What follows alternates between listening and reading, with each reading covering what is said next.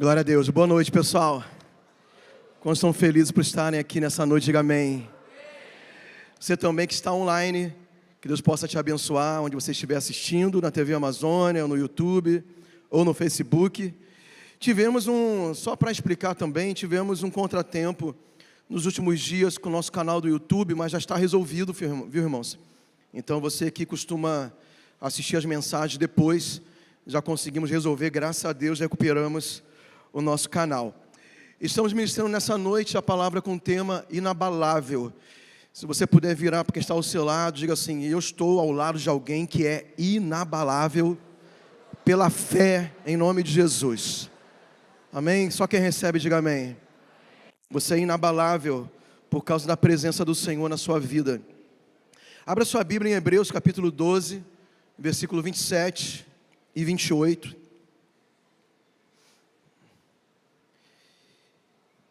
Carta aos Hebreus, capítulo 12, 27 e 28 diz: isso significa que toda a criação será abalada e removida, de modo que permaneçam apenas as coisas inabaláveis.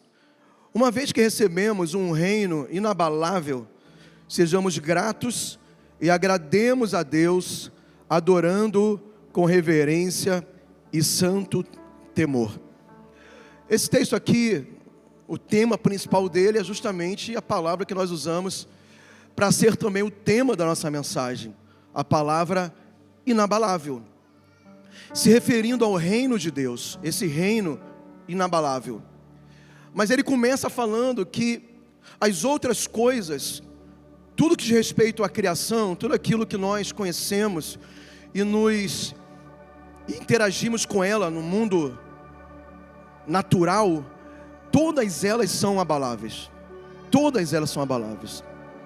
O momento que nós vivemos hoje no Brasil é um momento que mostra muito isso. As pessoas estão muito nervosas, as pessoas estão preocupadas, as pessoas, algumas com medo. E tudo isso é porque justamente essas situações que nos cercam, elas passam por mudanças, elas passam por transições. E infelizmente, para nós, individualmente e também coletivamente, em algumas situações, nem tudo acontece da maneira que a gente espera. Nem tudo que a gente gostaria que permanecesse, permanece. Nem tudo que a gente gostaria que mudasse, muda. Porque existem várias e várias coisas que estão fora do nosso controle. E de fato, ao longo da história, você vai perceber que a história, ela funciona em ciclos, em ciclos, e vão mudando. Por mais que você acredite que algo que você conheça, ou admire, ou coloque ali algum tipo de aposta naquilo, seja forte o suficiente, mas a Bíblia está dizendo que essas coisas todas são abaláveis, e é fácil enxergar isso. Por exemplo, se você observa o mundo corporativo, o mundo empresarial, é muito difícil uma empresa centenária. É muito difícil. Você pode pensar exatamente agora as grandes empresas, grandes marcas, que a gente consome produtos, que a gente consome serviços, e são empresas bilionárias, e tornam os homens também, alguns deles bilionários. Mas daqui a um tempo, que a gente não sabe quando, essa empresa vai acabar, porque ela tem um ciclo de vida, assim como nós humanos, que nascemos, crescemos, desenvolvemos, e depois chega um estado de crescimento que a curva do gráfico inverte e a gente declina. A empresa é assim. Essas grandes marcas que nós admiramos, compramos, elas vão acabar. Algumas duram um pouquinho mais, outras duram menos, mas vão acabar. Se você pensar em governos, os governos também, eles acabam. Basta você ler a Bíblia, que você vai perceber que muitas cidades, muitas nações que são citadas na Bíblia, elas deixaram de existir e surgiram outras nos seus lugares. Quando nós lemos, por exemplo, o 2º capítulo do livro de Daniel, e nesse 2º capítulo de Daniel, está descrito ali a visão, na verdade o sonho que Nabucodonosor teve, E é um fato assim bem inusitado, porque ele era o grande rei da nação mais dominante daquela civilização, de todo mundo conhecido. E ele era tão exigente, né, tão excêntrico na verdade, que ele teve um sonho perturbador. E ele chamou ali os sábios, os magos do seu reino, os adivinhos. E ele falou assim: ó, eu quero que vocês não apenas decifrem o meu sonho, eu quero que vocês falem qual foi o meu sonho. Olha que loucura, o cara pedir para alguém entrar na mente dele e falar o sonho que ele teve à noite. Que loucura, mas ele pediu isso. E eles não conseguiram, os sábios não conseguiram fazer isso. Mas Daniel, cheio do Espírito Santo, homem de Deus, orou a Deus. Deus mostrou para Daniel o sonho de Nabucodonosor. E além de mostrar o sonho, ele dá a interpretação. E a interpretação era qual? O sonho era de uma grande estátua, que na sua composição tinha 4 tipos de materiais diferentes, pelo menos. E cada parte da estátua, que eram de materiais diferentes, representavam grandes potências mundiais que iriam se suceder, uma após a outra. A cabeça de ouro era justamente o reino daquele momento, o reino babilônico, governado por Nabucodonosor. Mas logo depois, a visão interpretada por Daniel fala que viriam outros reis, outros reinos mais poderosos que a própria Babilônia, e eles iam se suceder na história. E realmente isso aconteceu, a história mostra isso.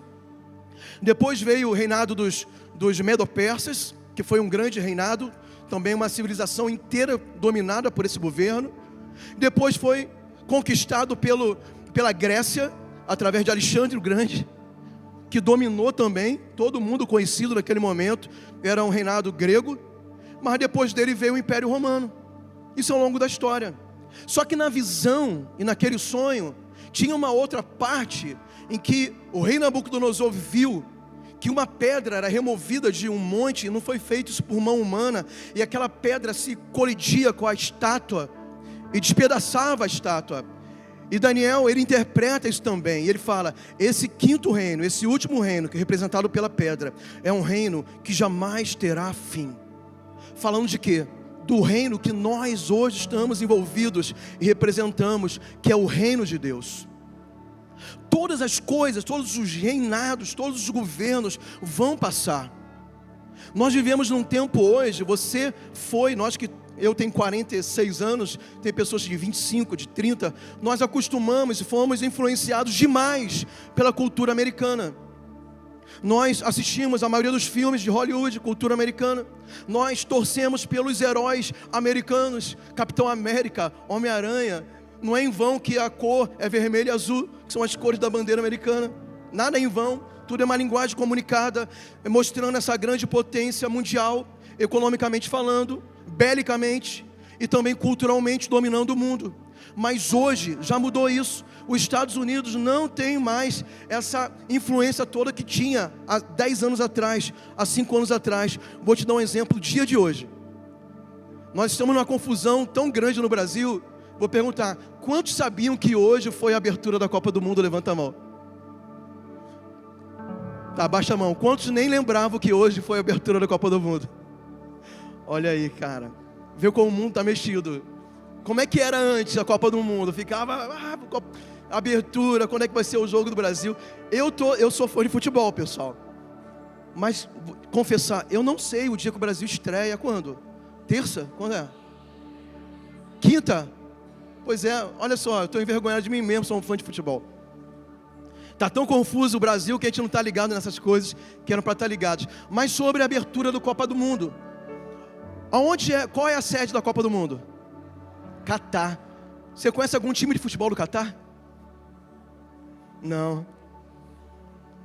Porque o centro do mundo saiu dos Estados Unidos, agora está na Ásia. Você sabe qual foi a música principal hoje da abertura da Copa do Mundo? Não foi um cantor americano de música pop, não. Foi BTS, K-pop. Por quê?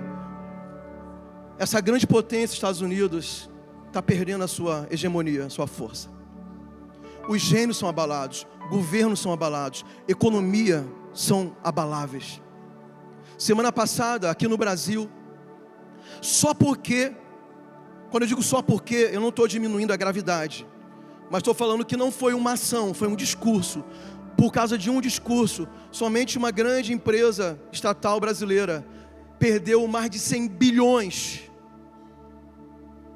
em questão de, sei lá, de horas, de minutos. Você sabe que são bilhões? Eu não sei, porque eu nunca vi. Nunca passou perto de mim essa pessoa chamada bilhão. Mas perderam bilhões por causa de um discurso, por causa de uma expectativa negativa. Expectativa, não é realidade, expectativa. E tem pessoas porque colocaram a sua confiança, por exemplo, no investimento, ou no dinheiro, ou naquela empresa, numa grande empresa, na maior empresa. Na verdade, o monopólio brasileiro do petróleo está nessa empresa, Petrobras. Então, quer dizer, é uma mega empresa. Era para ser sólida, mas uma ameaça, uma desconfiança, um discurso é capaz de tirar muito dinheiro dela e de muitas pessoas. O que eu quero dizer com isso? Que nós não podemos fixar a nossa âncora, a âncora da nossa vida nas coisas que são abaláveis. Não existe nada da terra, do contexto, por mais que você ache seguro, por mais que você ache confiável, não é, porque a Bíblia está falando que tudo isso é abalável. Mas somente existe uma coisa inabalável. Diga comigo, diga: o reino de Deus. A palavra dessa noite que eu quero compartilhar com vocês é uma palavra para te trazer tranquilidade. Eu quero acalmar você nessa noite, porque tem muito crente que está entrando nesse circuito caótico que o Brasil está. E eu não estou dizendo que você não possa participar, eu não estou dizendo que você não possa se expressar, eu não estou dizendo que você não possa entrar em algumas lutas que estão sendo travadas hoje, porque eu acredito que são legítimas. Você tem todo o direito de fazer isso. Mas o que eu quero dizer, que você não pode priorizar em detrimento daquilo que é inabalável, o reino de Deus. E cada, suporte que nós vamos compartilhar, que deve ser mantido de pé na sua vida em relação ao reino de Deus, você não pode sacrificar aquilo que é inabalável por coisas que mudam. Que mudam. Não importa o que vai acontecer, nós sabemos que algo vai acontecer, que acontece. Mas isso não vai mudar a única verdade absoluta que existe, é que o reino de Deus é o único lugar que nós podemos encontrar segurança eterna e para as nossas vidas aqui na terra. A minha palavra é para você não perder o teu foco, não perder a sua prioridade, não gastar todas as suas forças, todo o seu tempo, todo o seu investimento de tempo, de dinheiro, de recursos, seja o que for, em situações que mudam, e deixar de fazer e manter coisas que são imutáveis ou devem ser imutáveis na sua vida. O próprio Jesus, ele fala, Mateus capítulo 24, 35 e Mateus 24 fala sobre o fim dos tempos. Aí ele dá a mesma palavra que eu quero compartilhar com vocês lá para os seus discípulos. Ele está falando sobre o final dos tempos, né? Tempo de turbulência, tempo de medo, tempo de desconfiança, tempo de incertezas, o fim dos tempos. Mas o que Jesus diz: os céus e a terra passarão, mas as minhas palavras não passarão. O que é removível vai ser removido, o que é abalável vai ser abalado. Mas se nós continuarmos confiando no Senhor, nós estamos, mais uma vez falando, ancorando as nossas vidas na única coisa que vai nos dar segurança, que é a implantação do reino de Deus. E eu quero nesse momento então falar sobre esse suporte, toda estrutura que deve ser mantida inabalável, precisa de colunas que não podem ser removidas de jeito nenhum. E eu estou falando para você aplicar isso na sua vida individualmente. Todos nós juntos estamos com o mesmo propósito, a mesma missão. A igreja do Senhor Jesus tem uma tarefa aqui na terra: implantar o reino de Deus. Está claro para você, sim ou não? Amém? Mas agora eu preciso entender e fazer isso não apenas de forma coletiva. Eu preciso viver e guardar isso na minha vida. O próprio Jesus falou assim: quando vocês ouvirem falar que o reino de Deus está aqui, está para lá, está acolá, entenda uma coisa: o reino de Deus está dentro de você. É assim que se manifesta o reino de Deus. Nós somos as pedras vivas que juntos edificamos o edifício espiritual, que é a igreja do Senhor Jesus. Nós somos essas pedras vivas. Então esse DNA do reino de Deus, ou essas estruturas, começam a partir da minha vida e da sua vida, e juntos nós ampliamos esse negócio chamado reino de Deus. Então o primeiro suporte inegociável para esse reino de Deus inabalável que nós estamos edificando, não desmoronar na nossa vida, é a nossa fé. Amém ou não amém? Diga fé. A Bíblia fala, Hebreus capítulo 11, versículo 6, que sem fé é impossível o quê? Agradar a Deus. O versículo 1 do capítulo 11 de Hebreus tem a definição de fé. O que o autor diz? A fé é a certeza das coisas que se... e a convicção de fatos que não se veem. A fé, de acordo com a definição bíblica dela, está baseada em convicções. Quando nós colocamos a nossa fé no Senhor, a fé verdadeira, a fé sólida, sabe, a fé estruturada realmente no Senhor, que não varia de forma alguma, é uma convicção. E isso não vai mudar. E a fé, irmãos, não é fé no sistema de governo, no sistema econômico, não é fé na moeda, no dólar, no Bitcoin, na criptomoeda, no euro, no dólar, no real. Não é fé no presidente atual, ou se vai mudar ou não vai mudar, ou no judiciário. É uma fé no Senhor. É uma fé no Senhor. Porque a Bíblia fala que o Deus que nós cremos, o Deus que nós servimos, essa é a natureza dele. Ele é imutável. O que a Bíblia fala sobre Ele? Que Ele é o mesmo ontem, Ele é hoje e será o mesmo até quando? Eternamente. Ele não muda. Então a nossa fé, ele vai estar baseada no Senhor, que não muda. Tudo que está ao nosso redor pode mudar. Mas quando eu confio plenamente em Deus, quando eu coloco a minha fé nele, sabe, irmãos, nós somos capazes de suportar qualquer mudança que ocorra ao nosso redor, embora essas mudanças com certeza possam nos afetar. Podemos passar como já passamos. Você que tem mais de 25 anos, você que já é um adulto, está com 30, 40 anos, quantas crises econômicas nós já passamos no Brasil? Você sabia que o Brasil já teve 7 moedas diferentes?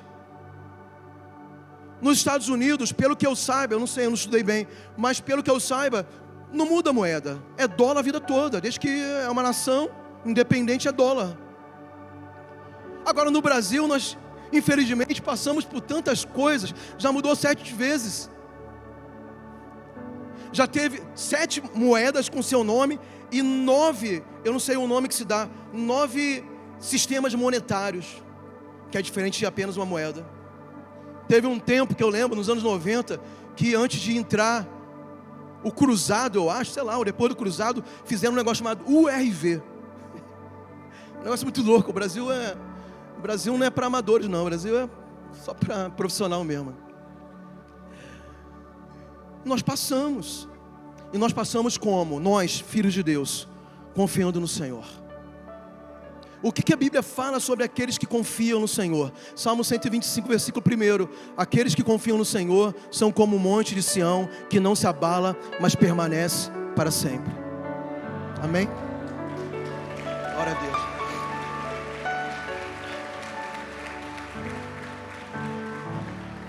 Então, irmão, diga para o irmão lá, diga, irmão, diga assim, mantenha calma. Diga assim, keep calm. Deus está no controle, viu? Diga assim, você não vai ser abalado. Continue confiando no Senhor. Coloque a sua fé no Senhor. Coloque os seus olhos fixos no Senhor.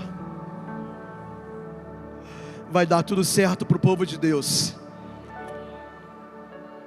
A gente precisa se acalmar, irmãos, para acalmar as pessoas aí da sociedade.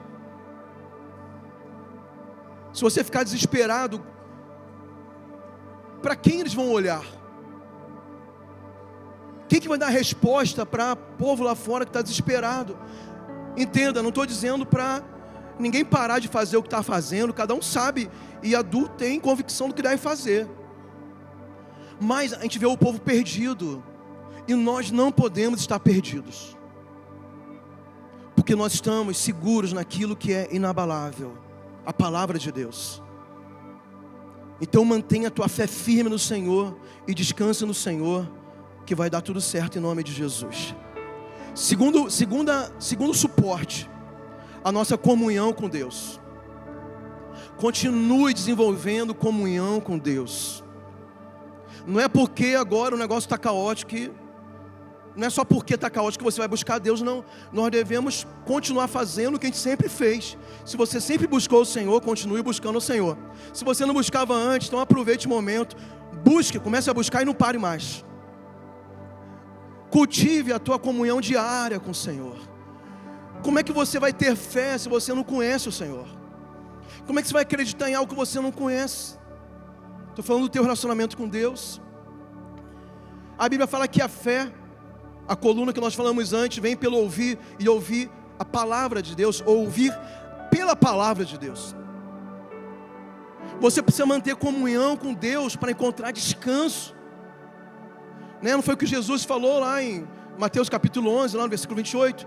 Vinde a mim todos vós estáis cansados, sobrecarregados, e vai acontecer o quê? Eu vos... Não é? E ele faz uma promessa que nele encontraremos descanso para a nossa alma. É nele. Não é ficando desesperado o dia todo no WhatsApp, naquele grupo lá, ativista, e esperando uma resposta, um acontecimento, um fato, e a maioria das notícias, infelizmente, são fakes. Isso não vai te trazer paz. Isso não vai te trazer resposta. Isso vai roubar a tua alegria. Isso vai fazer você ancorar a tua vida em algo muito incerto. A gente fica, isso eu estou falando porque acontece comigo, eu também de vez em quando. Será que o fulano falou isso? Será que decidiram? Será que mudou? Será que assumiram? A gente não sabe.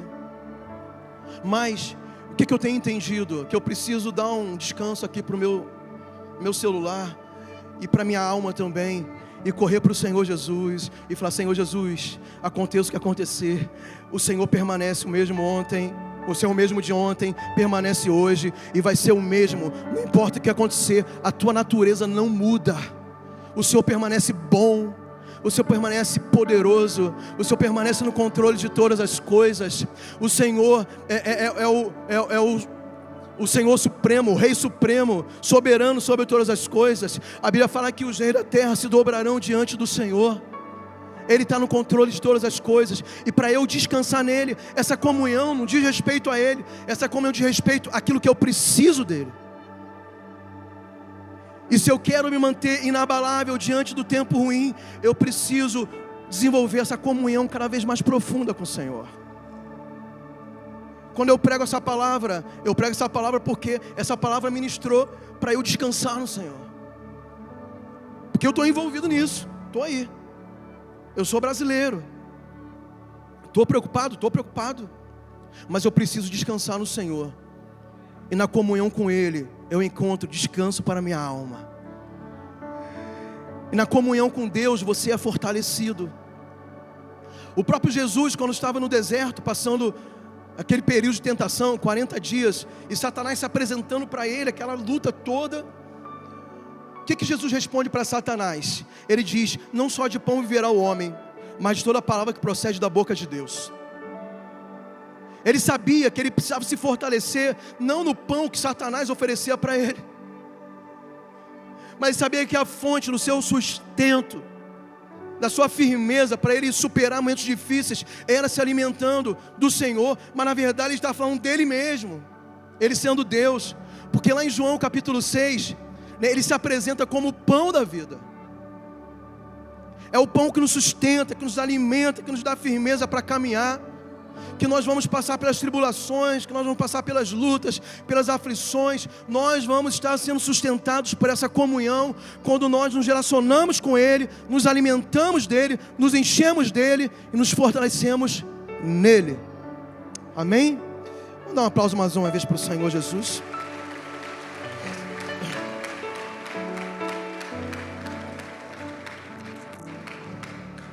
Primeiro suporte, a sua fé. Segundo suporte, comunhão com Deus. Terceiro suporte, a família. Irmãos, preste atenção em mim. Preserve a tua família. O que vai acontecer no Brasil? Não sabemos. O que eu posso fazer para mudar do jeito que eu quero, ou que você quer? E a gente pode até pensar diferente e querer diferente. O que a gente pode fazer? Eu acho que muito pouco. Eu acho que eu mesmo sozinho, as coisas não vão mudar só porque eu quero, ou porque eu vou fazer alguma coisa, porque eu me sinto limitado em relação a isso. Mas algo que é imutável, algo que eu não posso abrir mão e que Deus colocou no meu controle: a liderança da minha casa, da minha família. As coisas não estão ruins agora não, as coisas estão ruins há muito tempo. E nós precisamos guardar a nossa família, irmãos. Você tem a responsabilidade de você ser um esteio, uma coluna de sustento, com bases bíblicas, valores de Deus, para a sua casa, para os seus filhos, para o seu casamento. Você pode se manifestar, você pode provocar muitas coisas na rede social, mas você não sabe o que vai acontecer a partir disso. Mas que você pode guardar a sua família, isso você pode.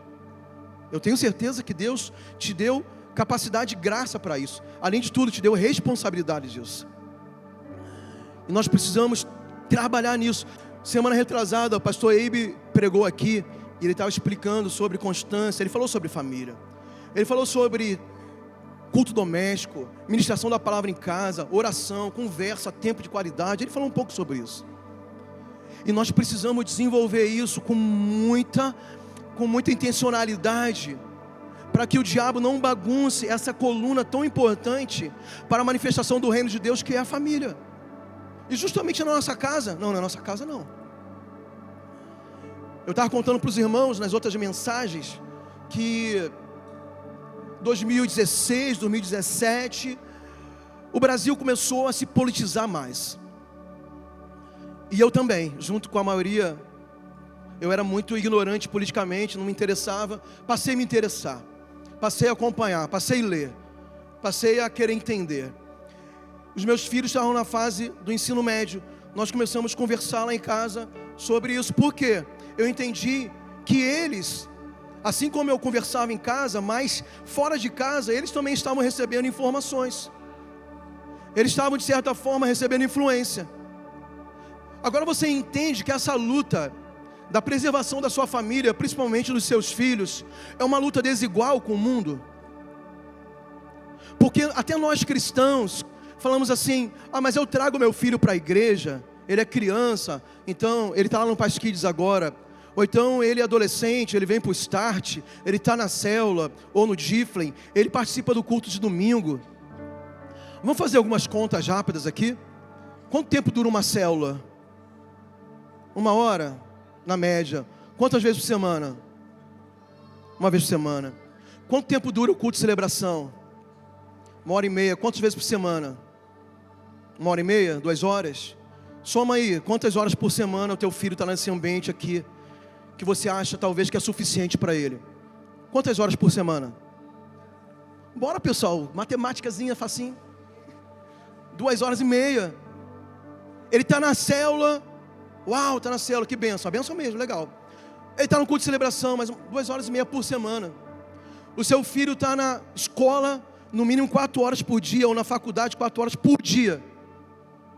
Ele está na rede social pelo menos umas 6 horas por dia. Ele está 10 horas por dia recebendo informações, influências, doutrinação que não é cristã, na sua maioria. Por semana, por baixo, 50 horas. Por baixo, 50 horas.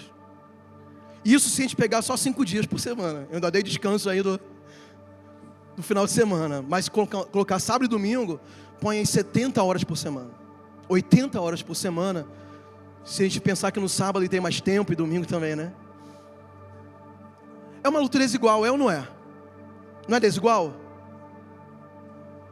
Só que é a nossa luta. O que eu vou fazer? Eu vou investir nos meus filhos com intencionalidade. Eu vou ter que conversar todos os assuntos com ele, de acordo com a base bíblica. eu vou ter que falar sobre questões de sexualidade com meus filhos. Eu vou ter que conversar sobre ideologia com meus filhos, e para isso eu tenho que me informar. Eu vou ter que falar sobre política na minha casa, porque a política é onde tudo começa e termina na sociedade. Você entendeu que política é importante, irmãos? Eu não estou nem para política. Poxa, como assim? Você não está nem para política? Sabe por que na pandemia nós passamos vários dias de lockdown, meses de lockdown? Sabe quem abria e fechava a igreja? Não era o Ministério da Saúde, era um político que tinha uma caneta na mão. Não era só saúde, era vontade de políticos. E você não está interessado em política? Quem define o currículo que teu filho vai estudar na escola? Você acha que é só um pedagogo? Não é só um pedagogo, é um político que define o que teu filho vai estudar na escola. É ele que define se vai ter ideologia de gênero ensinada na sala de aula. E você não está interessado em política? E eu não estou dizendo para você ser um ativista político, não. Eu estou dizendo sobre a sua família, que é importante você entender as coisas, para você conversar e comparar aquilo que você vê aí fora de ideologias, e comparar com a Bíblia, para você falar assim, ó, isso aqui é o que chega mais perto do que a gente acredita. Isso aqui, essa pessoa é perfeita? Não é perfeita, mas ela é o que chega mais perto do que a Bíblia diz.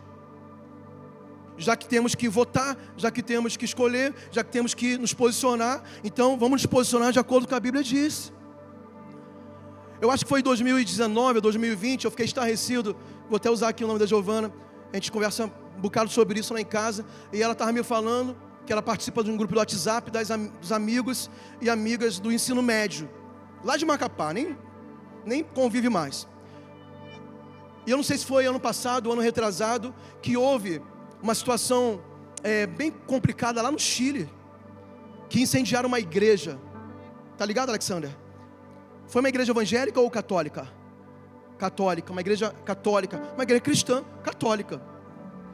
Incendiaram nas manifestações que houve lá. Aí a Giovana me contou que lá no grupo do WhatsApp, uma amiguinha dela, jovenzinha, né? Talvez 18, 19 anos, escreveu, não sei se no WhatsApp ou no Twitter, eu não lembro as palavras, mas o que ela dizia? Que ela concordava em terem colocado fogo na igreja mesmo, porque era uma reparação histórica dos erros da igreja do passado. Possivelmente uma menina de 18, 19 anos, possivelmente não, ela não tem capacidade intelectual de formular uma ideia dessa, não tem. E possivelmente ela nem sabe a gravidade do que ela está falando, entende? Como ela não tem capacidade de formular, ela só reproduz o que ela ouve. Só que é grave, porque o que ela quer dizer? Então, quer dizer, se eu me sinto vitimizado por algum motivo, mesmo que tenha sido 200 anos atrás, então agora eu posso me vingar daquela pessoa que representa o que no passado causou mal para minha classe, ou para, sei lá, para minha fé, para minha raça, para o meu grupo. Então pode matar, pode incendiar, pode destruir, em nome de uma reparação histórica. Então é justificável matar pessoas, destruir instituições. Olha o pensamento de uma menina novinha, 18, 19 anos, que está ingressando na universidade. Só que daqui a pouco, essa menina que está ingressando na universidade, ela vai se formar, ela vai ser uma juíza, ela vai ser uma delegada de polícia, ela vai ser alguém importante, porque a universidade forma pessoas que vão liderar a sociedade com esse pensamento. Mas a gente não vai mudar quando já está lá em cima. Eu vou proteger, eu vou fazer de tudo, eu vou orar, eu vou jejuar, eu vou conversar, eu vou dialogar, orientar dentro da minha casa. E é isso que nós devemos fazer. Quantos estão entendendo? Digo amém. Aí, vamos para a história aqui de Josué. Josué foi o líder que fez o povo de Israel entrar na terra prometida. Então ele consegue isso, ele alcança, o povo entra na terra prometida. Josué faz a divisão dos territórios pelas tribos. E qual era a promessa de Deus? Que seria uma terra que emanaria leite e mel, realmente, uma terra próspera. Eles então agora têm as suas propriedades, eles constroem as suas casas, eles plantam as suas vinhas, eles começam a enriquecer, a prosperar, a usufruir da bênção do Senhor. Eles estavam debaixo da promessa de Deus, era a bênção de Deus. Mas algo grave acontece no povo, eles se afastam do Senhor. Eles ficam tão entusiasmados, tão desfrutando da bênção, da prosperidade. Aliás, eles tinham passado 40 anos no deserto, que não foi nada fácil. Agora está na bênção, mas o que acontece? Esquecem do Senhor. Aí Josué reúne o povo de forma solene. Mateus 24, versículo, ou melhor, Josué 24, 15. Ele chama todo mundo, ele fala assim, eu vou interpretar das minhas palavras a forma que ele falou. Chama todo mundo e fala assim, pessoal, é o seguinte, em relação à tua casa, o que eu posso fazer é te orientar. Eu não posso entrar na tua casa e dar as ordens sobre teus filhos, sobre teu casamento, sobre se você está buscando a Deus, sobre se você está trazendo teus filhos para congregar, sobre se você faz culto doméstico, sobre se você institui a tua casa um altar a Deus, de adoração, sabe, de palavra, de santidade. Eu não posso fazer isso por você. Aí ele termina dizendo, mas em relação a mim, eu e minha casa serviremos ao Senhor. Essa é uma coluna de sustentação do reino inabalável na minha vida, na sua vida, que não pode ser negociada. Amém ou não amém? Então, irmãos, trabalhe isso. Eu quero te encorajar. Trabalhe isso com seriedade. Dentro da tua família, Deus te levantou para isso. Lá fora as coisas estão turbulentas, mas na tua casa mantenha a serenidade e mantenha o governo de Deus, os princípios do Senhor, para que você, passando tudo isso aqui, como diz lá em Efésios capítulo 6, e depois de ter feito tudo, permanecer inabalável. Efésios capítulo 6, ele fala da batalha espiritual. Aí o apóstolo Paulo fala, mas depois de tudo, de ter feito tudo, como você está revestido com a armadura de Deus, você vai permanecer o quê? Inabalável. Eu digo para o teu irmão, inabalável. Família inabalável, em nome de Jesus. Vamos seguir em frente.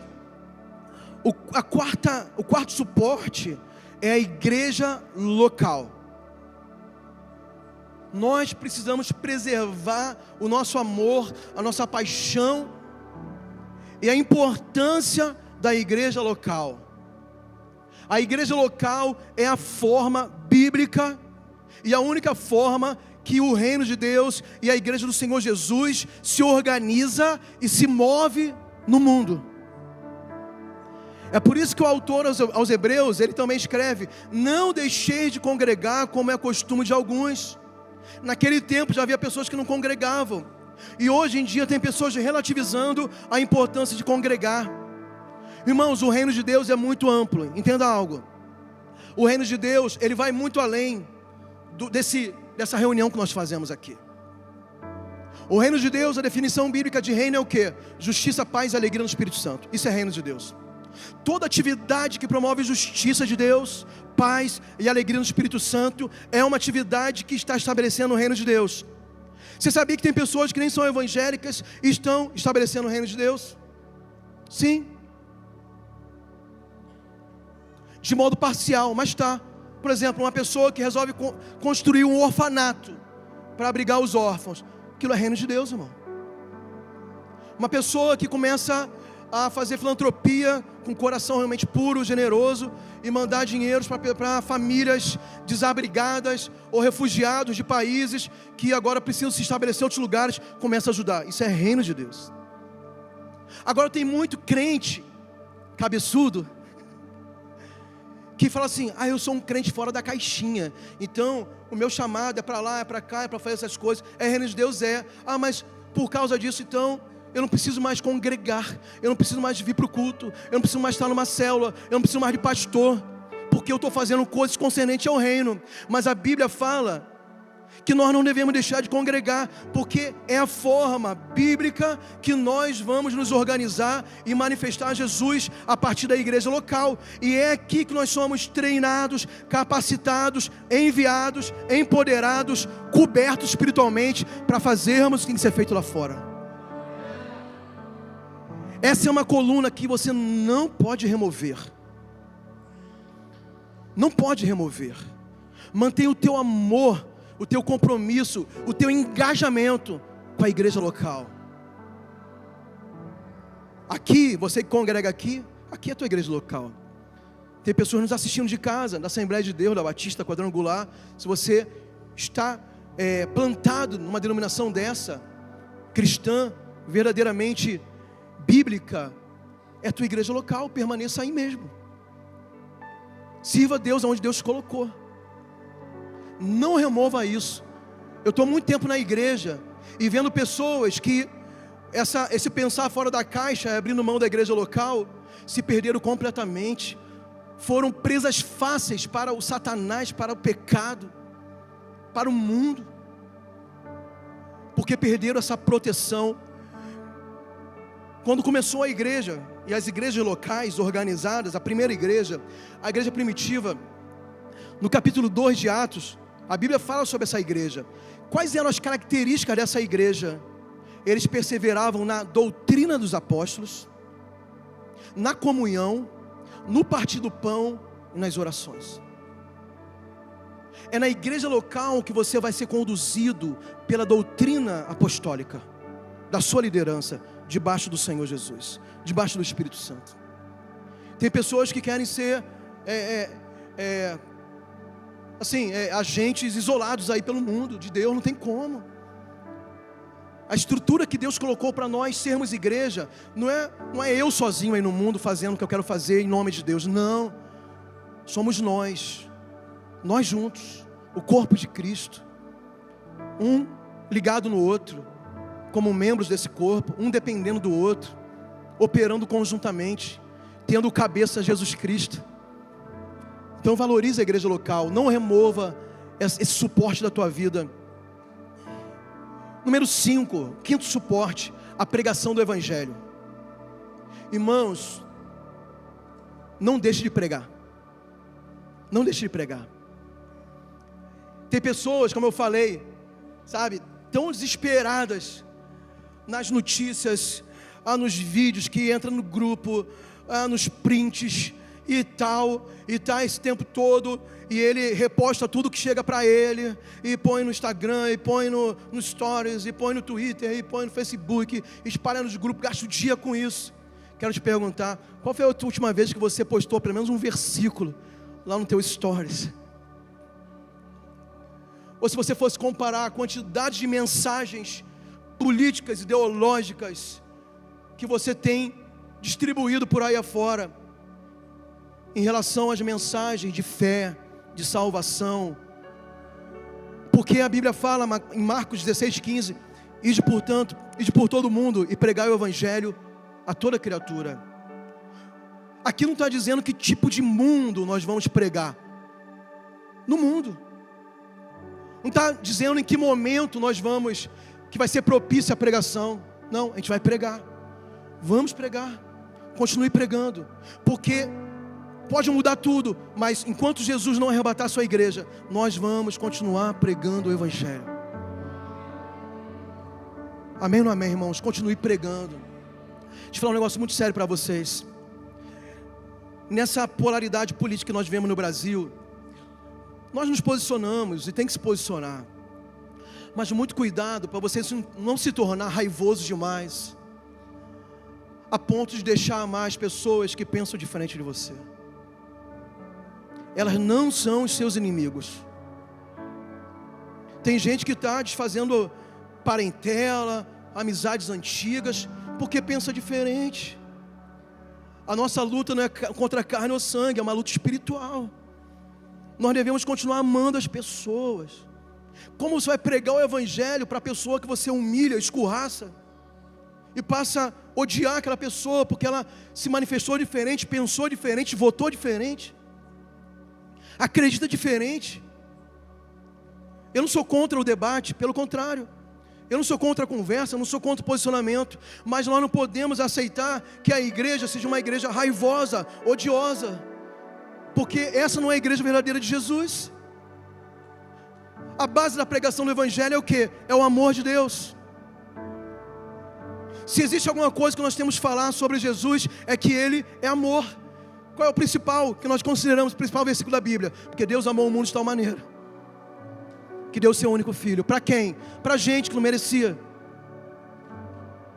Então, irmãos, sabe, não se desgaste e não consuma os teus relacionamentos com as pessoas por causa de A ou B, ou por causa de uma fé que você tem que não é em Deus, a ponto de impedir que você tenha um canal aberto de falar do amor de Deus para aquela pessoa. Nós precisamos acordar para o momento que nós vivemos. Nós somos igreja do Senhor Jesus. Nós estamos aqui no mundo, nós somos brasileiros, cidadãos brasileiros, a maioria aqui. Mas em primeiro lugar, nós somos cidadãos do reino de Deus. E nós temos uma tarefa, e o nosso tempo está acabando. E nós temos que continuar fazendo o que sempre nós devemos fazer, enquanto temos oportunidade. O último suporte que eu quero ministrar, diga finanças. Quem está acordado ainda, diga finanças. Amém. Gênesis 26, versículo 12. Semeou Isaac naquela terra, Isaac, né? E no mesmo ano recolheu 100 por um, porque o Senhor o abençoava. Enriqueceu-se o homem, prosperou e ficou riquíssimo. Eu estou falando de coisas muito pontuais. No meio desse nervosismo, desse caos que o Brasil está, a gente tem visto muita gente preocupadíssima. E na área financeira não é diferente. Eu sei que tem muitos empresários aqui, e eu sei a tua preocupação. Tem muitas pessoas que têm dinheiro investido e não sabem onde colocar o dinheiro agora, porque todo mundo não sabe, ninguém sabe o que vai acontecer no Brasil. Como eu falei, um discurso, uma notícia, uma perspectiva ruim fez uma empresa bilionária perder bilhões em um dia. Mas nós temos que entender o seguinte: existe uma mentalidade financeira que você pode e deve planejar para você ter segurança, para a tua família, para você pensar daqui a 1 ano, 5 anos, 10 anos. Faça isso. Estude os melhores investimentos. Será que a gente pode confiar no mercado de ações? Poxa, está difícil, hein? Vou colocar onde? Criptomoeda? Não sei, porque é uma montanha russa de emoções. Renda fixa. Pesquise, estude e faça o que você achar melhor. Mas existem valores espirituais sobre finanças, que é uma coluna que não pode ser mexida.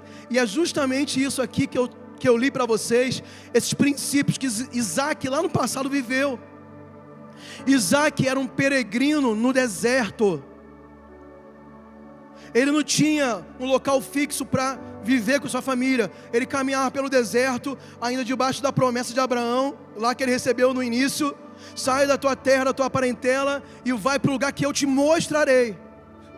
Isaac ainda estava vivendo debaixo dessa ordem de Deus, como um peregrino ali. Abraão tinha morrido, e ele não tinha terra, não tinha propriedade, e era no deserto. Mas, primeiro princípio, o que Isaac fazia? Ele plantava, ele semeava. Ele semeava numa terra irrigada, na beira do igarapé? Não, no deserto. É loucura isso, humanamente falando. Você vai gastar suas sementes plantando um deserto, você não está vendo que deserto não frutifica nada. É uma terra seca, uma terra árida. É 50 graus de dia, 0 grau à noite. Não tem semente que sobreviva num ambiente desse. Mas a Bíblia fala que Isaac semeou naquela terra. Ele recolheu 100 por um. E qual é o motivo que fez esse milagre acontecer? Está bem aqui. Porque o Senhor o abençoava. A diferença entre nós, que temos o Senhor governando a nossa vida, de qualquer pessoa lá fora que não tem Deus ainda, é porque nós, a primeira coluna, é porque nós temos uma fé no Senhor que nos abençoa. E mesmo que o tempo seja tempo difícil, seja desértico, seja possivelmente uma terra seca, nós não podemos parar de plantar. Deus não deu uma colheita para ele do nada. Teve que ter uma atitude de Isaac. Ele teve que semear, ele teve que plantar, porque ele sabia que Deus estava abençoando a vida dele. Ele estava debaixo de uma promessa, a promessa feita para Abraão. Deus também repetiu a promessa para ele. Ele sabia que ele podia confiar no Senhor, porque a promessa estava sendo feita por um Deus que não falhava de jeito nenhum. E por que eu estou dizendo isso, irmãos? Porque você vai ser tentado a segurar o teu dinheiro. Você vai ser tentado, sabe, a se proteger de toda forma possível. Se proteja, mas não perca os princípios da palavra, porque se você quer plantar, colher a 100 por 1 debaixo da bênção de Deus, você precisa continuar agindo por fé. Sabe por quê, amados? Nós não vamos parar de fazer o que nós fazemos. Nós vamos continuar crendo no Senhor. Nós vamos continuar orando, adorando, evangelizando. Nós vamos continuar pregando o Evangelho. Nós vamos continuar fazendo, enviando missionários, plantando igrejas no Brasil e fora do Brasil. Nós vamos continuar fazendo o que nós sempre fizemos, não importa o que acontecer. Por quê? Porque a nossa confiança e a nossa vida está num reino inabalável. E nessa área, nós precisamos continuar fazendo o que sempre fizemos, semeando no reino de Deus, ofertas, dízimos, projetos. Pastor, mas e aí, se acontecer o pior? Irmãos, e aí? Você não acredita que você pode colher 100 por 1 plantando no deserto? Se você acredita, você nunca vai ter essa experiência.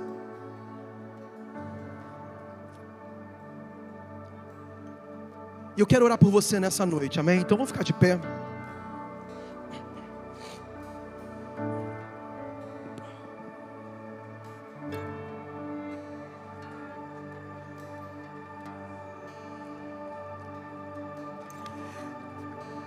Esses são 6 suportes que tem que manter, sabe, a nossa estrutura de acordo com o reino de Deus de pé, para você ser alguém inabalável, aconteça o que for.